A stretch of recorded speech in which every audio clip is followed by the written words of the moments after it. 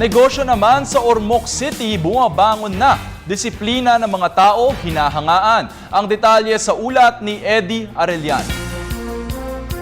Unti-unti nang bumabangon ang lungsod ng Ormoc mula sa pagkalugmok dulot ng bagyong Yolanda.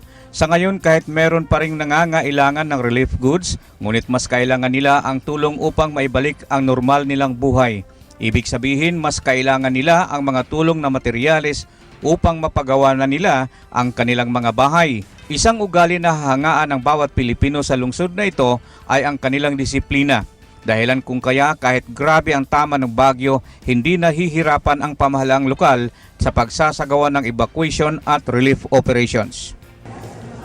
Sinunod lang natin yung preparasyon natin. And of course, siguro things help.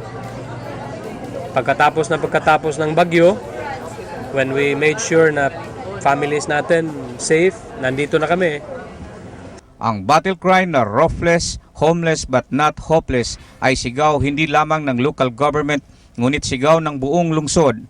Samantala bumabangon na ang komersyo ng lungsod dahilan kung bakit hindi sila gaanong naapektuhan ng kakulangan ng pagkain. Ayon kay Kapahi, isang araw matapos tumama ang bagyo, kanila nang napakiusapan ang mga negosyanteng hindi gaanong naapektuhan na magbukas na agad namang tinugon ng mga ito.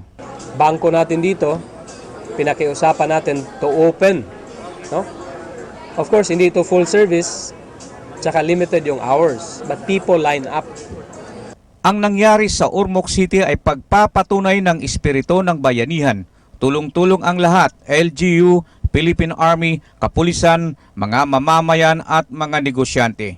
Para sa Telebisyon ng Bayan kasama si Julius Masayon, Eddie Arellano.